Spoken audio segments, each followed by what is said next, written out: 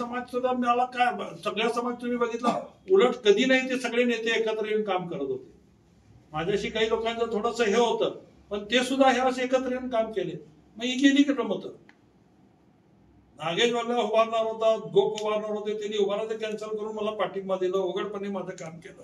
मग यांची काहीतरी मतं आहेत का नाही सुरेश पाटीलची काहीतरी मतं आहेत का नाही. आता इव्हन तुम्ही बघितलं 65 500 मतावरती अडकले असं वाटतंय का खरं त्यांचे नातेवाईकच काढले तर 5-10 हजार निघतील या मतदारसंघात नातेवाईक जवळचे आणि 500वर म्हणजे टार्गेट करून त्यांनी सगळ्या गोष्टी ठरवून केलेल्या आहेत.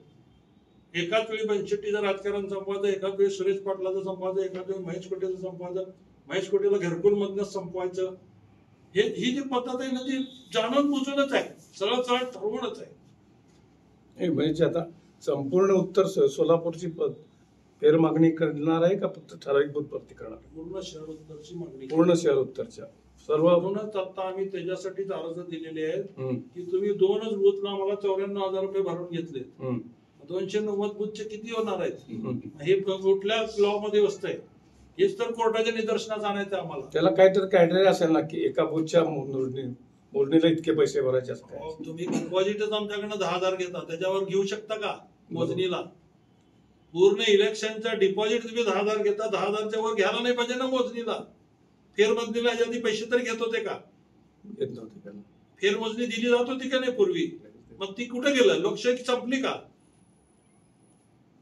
तुम्हाला जर काही नसेल तुम्ही वाटत तर करा ना फेरमोजणी काय अडचण आहे. बरोबर ना तुम्ही काय एकाच दिवस वाढणार आहे ना. दुसरे मुद्दा सांगितलंय पैसे भरल्यानंतर सुद्धा मोजणी होणार नाही. हा ते पण महत्वाचं आहे. आमच्यासाठी पण धक्कादायक डाटा क्लीन करून त्यांनी त्याचं लेखी पत्र मागितलं मी 2 दिवसात मला देणार ते पण तुम्हाला आम्हालाही माहित नव्हतं.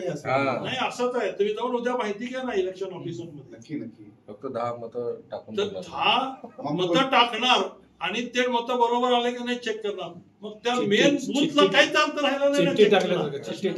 चिठ्ठी सुद्धा नाही ते 10 लाखो मतांचं असं जर होत असेल तर ती लोकशाहीचा गुन्हा खून नाहीये का मला सांगा ना. मी पडलोय म्हणून हे कुठलं तर अक्षापोटी बोलतोय असं नाहीच आहे. माझे मुद्दे खोडून कुणी पण काढून टाकू दे ना. तुम्हाला मोजणीला काय अडचण आहे. तुम्ही 10,000 डिपॉझिट फक्त जर पूर्ण इलेक्शनला ठेवत असाल आणि मोजणीला जर तुम्ही माझ्याकडनं 2 बूथ साठी 94,000 रुपये घेत असाल तर ही कितपत योग्य आहे. रिसीट आहे बघा माझ्याकडे 94,000 भरलेली 94,400 ची रिसीट आहे. असं जर असेल तर ही लोकशाही आहे का. इथं लोकशाही आहे का सांगा ना मला. मग इलेक्शन कमिशन त्यांचं काम करते असं म्हणायला काय ह्याच्यात काय गुन्हा आहे का. सरळ सरळ आहे ना. तुम्ही रिचेकिंग फ्री करायला पाहिजे किंवा 10,000 पेक्षा कमी फी ठेवायला पाहिजे. ठीक आहे तुम्हाला फी घ्यायची आहे ना तुमची यंत्रणा राबती त्याच्यासाठी फी घ्या पण डिपॉझिट पेक्षा जास्त 10 पट नाही हो. म्हणजे कोणी भरू दे नाही पैसे. हा म्हणजे मागणीच करू नये. साहजिक होतं तुम्ही यामध्ये सुप्रीम कोर्टाचा कंटेम्प्ट ऑफ कोर्ट आहे का नाही.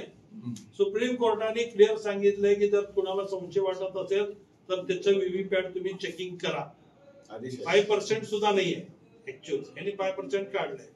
5% ला सुद्धा त्यांनी एवढी फी लावली आहे की ती आम्ही भरूच शकत नाही 10 लाख रुपये.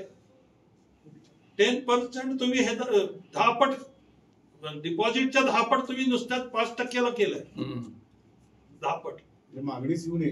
मागणीच येऊ नये म्हणजे यांनी केलेला कारभार 2 महिन्यानंतर डिस्ट्रॉय करून टाकणार त्यांनी संपलं विषय संपून टाकणार.